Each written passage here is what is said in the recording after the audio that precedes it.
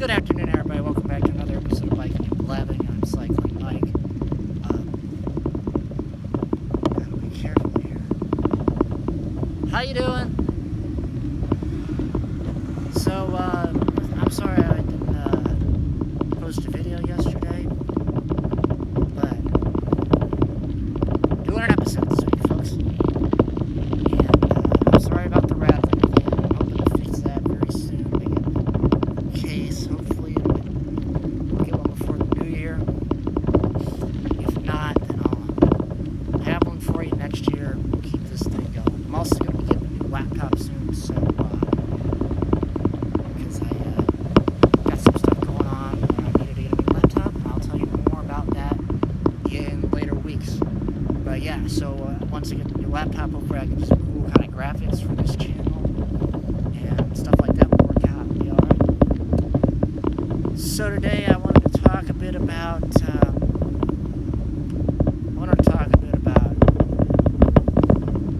Phish. And I watched so Trey Anastasio has been doing the Beacon Jams every Friday at 8 o'clock.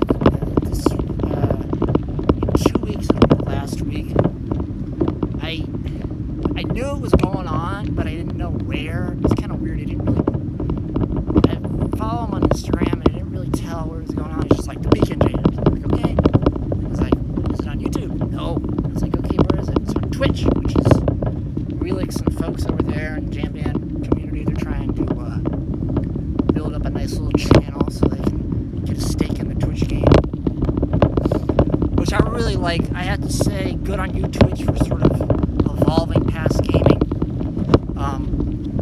Or I shouldn't say evolving past. I know you've done other streams and have other streamers on there, but I'm really happy that you're trying to get your you want places like Relix and, musicians on there to really, because that's going to give you a different audience. That's going to change Twitch from being that site where gamers stream to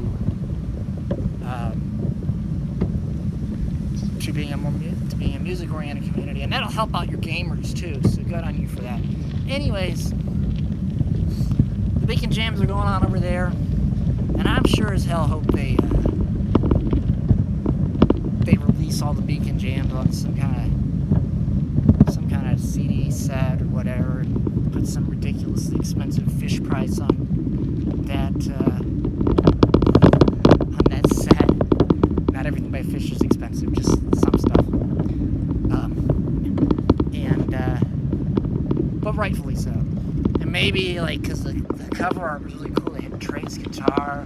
It's sort of like this, standing up in the city as vertically as like some kind of a lighthouse, and then there's a beacon that replaced the head of the guitar. And I really liked it because it was this sort of not everything was colored in, but in a way it was. I really liked the way the art was done. And I liked how they made the F-holes, the swirls of the F-holes be a part of the design too in certain areas, other than just being on the guitar itself. So this past Friday started watching at 9 o'clock, and I started watching at 9. They did light, they did 2. I really liked the version to the string section. There's a string section accompanying him besides Jennifer Hartswick and other members of the band, whose names I cannot remember right now. But yeah. So that's something to check out if you're interested in checking that out. I highly recommend it. But this episode isn't supposed to be about the Beacon Jams. That's just sort of the prologue into what the episode's actually supposed to be about. Well, I will say I was going to look up some more Beacon Jam stuff on YouTube last night when I stumbled upon, after watching the Beacon Jam for, I believe, Tube or This Is a Farmhouse,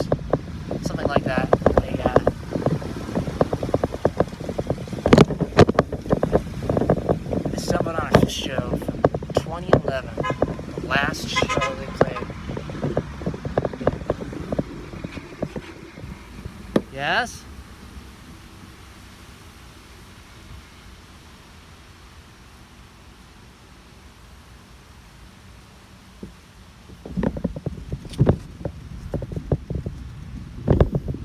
The last show they played in 2011. What are these? So yeah. I don't know why they honked me down. Which was New Year's, December 31st, 2011 at Madison Square Garden. My God, what a show. Just amazing stuff. Every set had something I want, and all the jams weren't too long, were done right. I tell you, I'm really, as far as Phish is concerned, I'm really kind of yay or nay about them. They ebb and flow.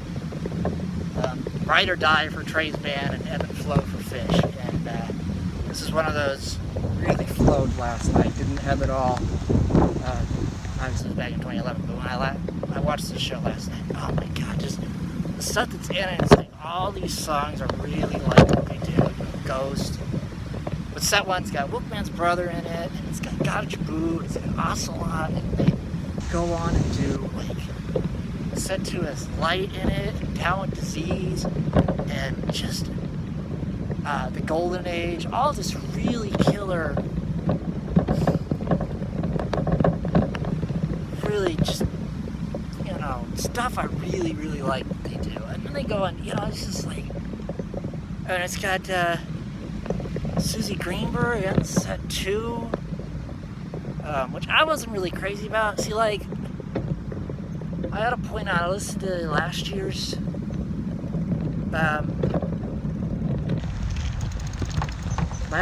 Madison Square Garden show, and I listened to set 3 first, because I saw the whole, like, sending the clones into first tube, and just all that stuff, the whole intro of set 3, where it's like sending the clones, and then it's first tube, and then it goes into sand, and they do that whole, they got the whole choir of the clones singing, quite my language singing, and just killer stuff for set 3 for this past year.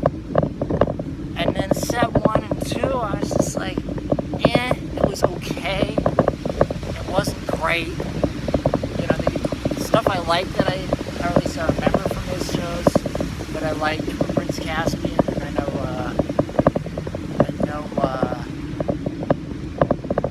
I believe Soul Planet's also in there, and I know Rise Come Together is one of the set enders. I believe it's the set ender for set 1. But other than that, I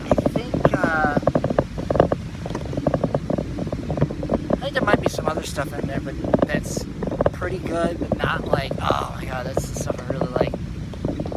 But just the stuff, just the show itself, the way it's one of those shows where, like, the way it's constructed is so, we're gonna play all the stuff that would be set enders or set openers, and we're just gonna toss it in wherever we feel like. I mean, Steam's like in the middle of set 3. Set 3's ridiculous how good that is.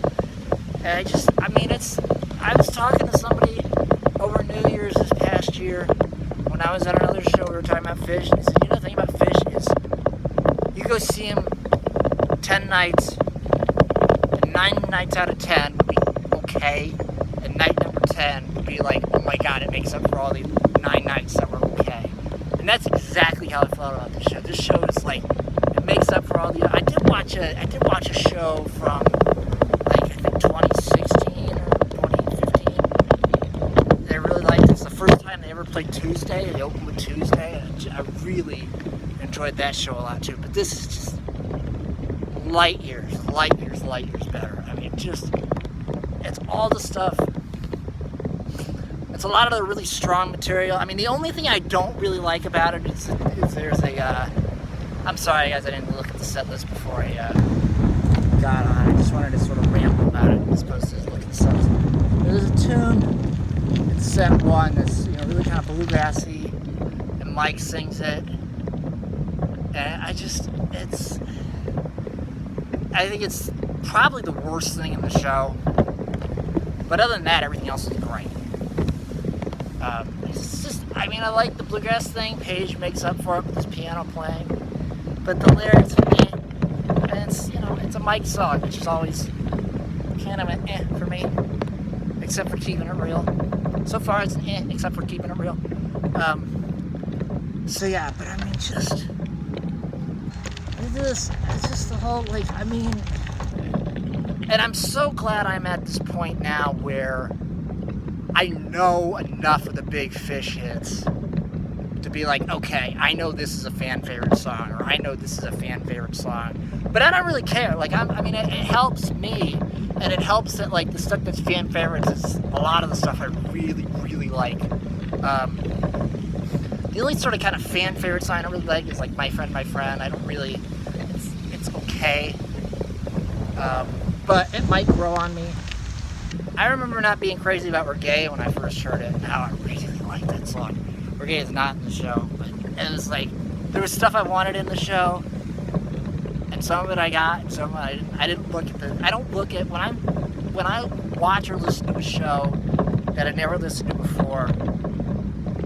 I don't care how old it is. I don't look at the set. I mean, I did for the Bowie, for the reality tour Bowie DVD and CD. But other than that, or probably some other Bowie stuff too. But other than that, I don't normally like to look at. I mean, I will if I'm buying it, or whatever. But if it's random like that, where it's literally I went from one of the Beacon songs into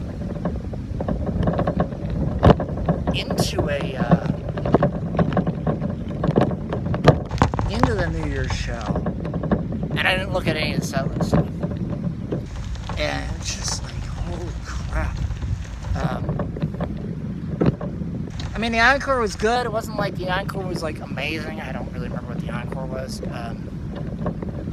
but yeah, the first tube ends the show. It's Jesus. It was almost one of those shows that's you don't need a first tube. There's no reason.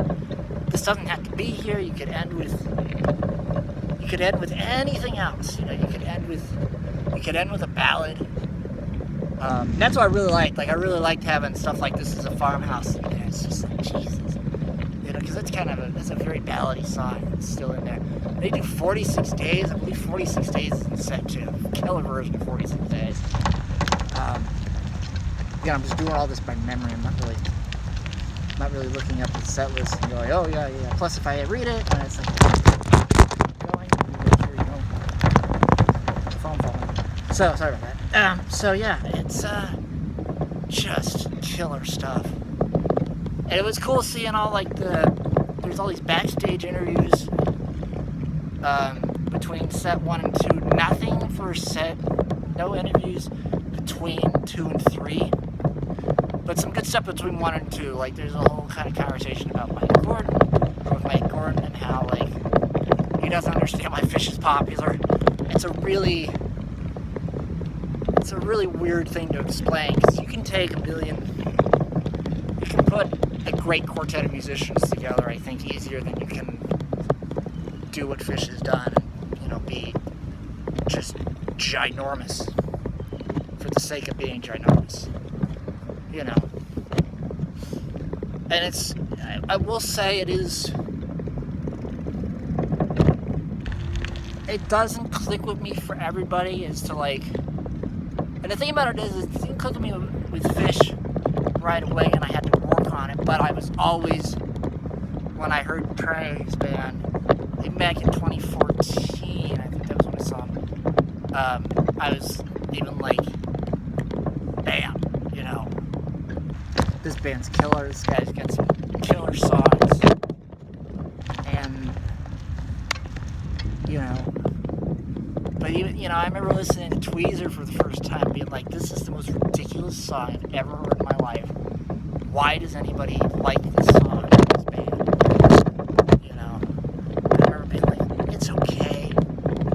And then I'd go back and listen to Dre's band, and to me it felt unfair to I didn't really want to stay in that space of I don't know or I don't get it. With Phish, it was never a real... And I think the thing that made me want to keep pursuing them was the fact that I like Trey so much, but this is unfair. This guy wouldn't have his giant soul band without his 3 other buddies, put together this rock band known as Phish. So there has to be something in Phish, because there's no Trey's band without Phish.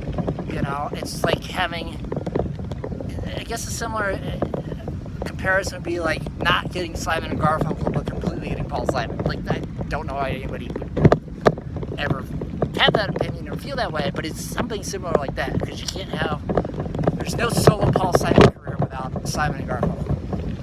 And it's just, there's a million examples of that, by the way. Even Paul Simon was an example. But you get my point.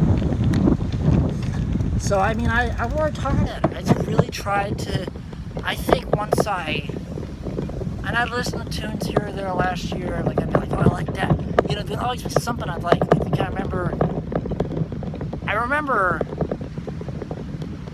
hearing Bouncing Around the Room, really liking that. I knew, like, there was early stuff. When I started looking at, okay, what is the quote-unquote Phish songs that are Phish songs that are done a lot, but are also done in Trey's band, and I really like from Trey's band. So stuff like that was like Gotta Jaboo, and Ghost, and Sand, and First Tube, and Ocelot, although it doesn't do Ocelot a lot, but I liked it anyways. Songs like that, those were like, okay, these are the songs. He plays Sand, like, he plays it so much, it's ridiculous. But those are the songs that were like iconic Phish love affairs, fans loved, and I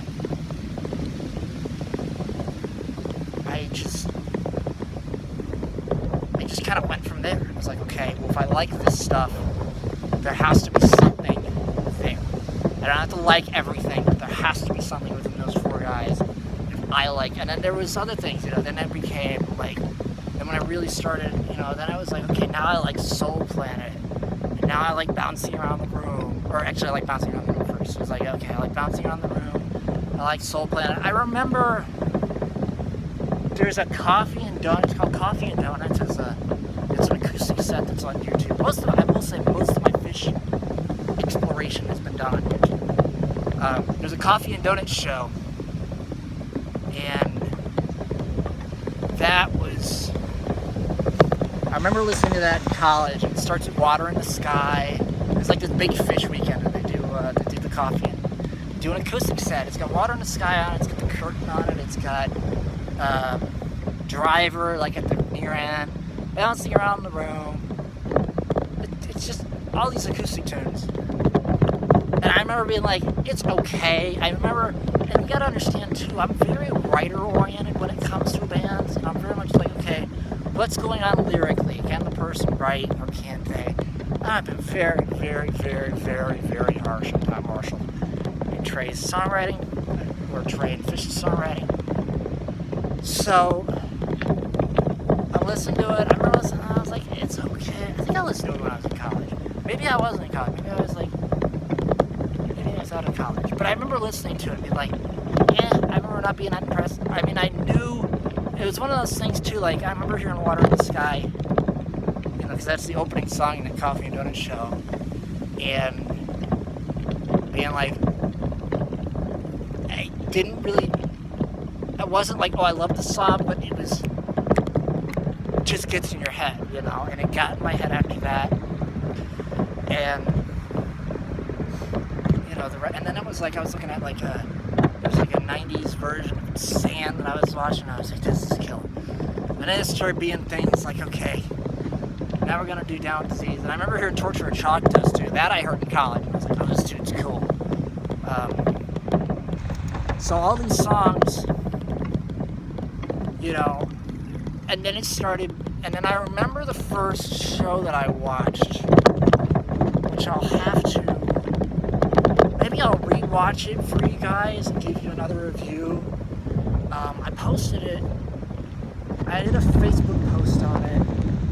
I listened to it back in I think it was like the summer of 2018, I listened to it. And I just picked a random show. It wasn't like I was trying to look for anything New Year's oriented. I wanted like a basic, and I'm so glad I did this, I wanted like a basic, another night, Tuesday night, Thursday night, whatever, Phish show. Nothing special, no New Year's, no Phish weekend, none. Just something really sort of ordinary. And that was the first time I heard reggae, and that show, I remember the thing that was really good. Oh, it also has I think it also had 46 Days in it. But I know it had Backwards Down the Number Line in it, which I liked. And it had Ocelot in the first set, and that was really sort of I remember that being a thing that kept me going. It's like, okay, well, the rest of the show sucks. At least Ocelot's in the show. So I'm going to have to look that up for you. And I wasn't really, I will tell you, reggae didn't really get me until I saw the 99, I think it's 90, it's either 90 or 91, the David Byrne show that they did in New York. It's like an hour long. That's on YouTube. Oh my God, that show. As much as I could rave about the 2011 New Year's show, that show, oh God. It's really early. I think it's like maybe second album stuff, but I really like it. There's some really good stuff on there. Reggae, of course, is in that show. But the point that's actually why I'm bringing that up, is because that was really when I fell in love with reggae. It wasn't that first Phish show that I watched, and I haven't really. There's a ton of stuff on Spotify that I'm gonna have to look at, but I gotta say, listening to this show last night, this is another peak in the Phish, fan that I'm becoming. And a lot of people I know don't like them because the music's weird, or it's just, they see it as just loud guitar and drums, and Agent Mike's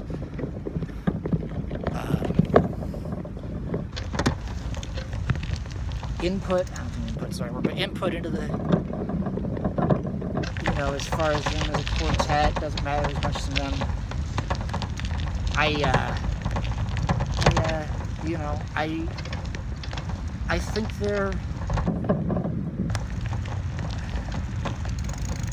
I think it's interesting because there's a music fan in me that there was just, like I said, it just felt unfair to not. If I just kept going and I didn't like anything, if, say, I didn't like Backwards Down the Number Line in that first show, or whatever else may be in that first show, other than, and the Lizard songs, like, I think that's the, and Moore's the set ender. That was the other thing. I remember Moore being the set ender, and like 2 or 3 weeks later, singing the bridge to Moore. Being like, okay, there's something here, but I don't know it at the time. That's a weird thing about him, is I think I may go, oh, that's cool, and then or I may like a piece of what they do. Like Moore, I remember liking the bridge. The bridge was what really got me for that song. So the Lizard song is the encore for that show. It's on YouTube. It's not that old of a show. I will look it up for you folks, and we will have this discussion again. And if you're a Phish fan, cool. But yeah, it's just it's been a real interesting uphill battle. Yes, I don't even know if it's really an uphill battle, because it's more of a up and down. Like I said, it ebbs and flows. So yeah, I hope you all enjoyed this video. I hope you enjoyed me raving about this New Year's show. And that's December 31st, 2011 for that New Year's show. Highly recommended. It's from Madison Square Garden, of course. Of course, the garden is packed to the rafters with Fishy fans. And it's Phish for those that are, that are unaware. And yeah, leave your thoughts below if you have any recommendations as far as shows that you think are amazing. I did watch a pretty killer, I think it was like 95, 96 show that's on YouTube. The videoing's not that great. I will say with the 2011 show and the show, and with the 2011, of course, the David Byrne thing was a show for like public television. The 2011 show and the show, there's a date I cannot remember. I'll also tell you about I'll also rewatch the Tuesday show and tell you what I think about that one where Tuesday starts the show. I will tell you what I think about that and tell you the date on that at some point. Possibly next episode. I might keep up this Phish battling, or blabbing rather, for a few more episodes. And so yeah, I will get those dates for you. I'm sure somebody will be able to find the shows I'm talking about based on the way I described them. But if you're a Phish fan and you have anything you want to put, any sort of recommendations you want to put below as far as shows that you listen to that are similar and set list wise to 2011, or you just think sound great. I'm sorry I didn't have the full set list for you on the 2011 show, but it is 2011, December 31st. So yeah, until next time, I'm Cycling Mike. Don't forget to like and subscribe. Don't do this, it's dangerous. But I'm actually around my neighborhoods. It's not that bad. But just, if you ever think about doing what I'm doing, the way I vlog, just be safe about it. So yeah, I will talk to you later. Like and subscribe. Hopefully I'll have a video out next week. Maybe it'll be Phish related, maybe it won't. Maybe those two shows will just come up at some other, I'll talk about them at some other point. But yeah, I like to talk about multiple topics on this channel, so not just Phish related stuff. As long as I'm on my bicycle blabbing about something, that's about as thematic as it's going to get here, folks. So thank you all so much for watching, and I will see you all next week.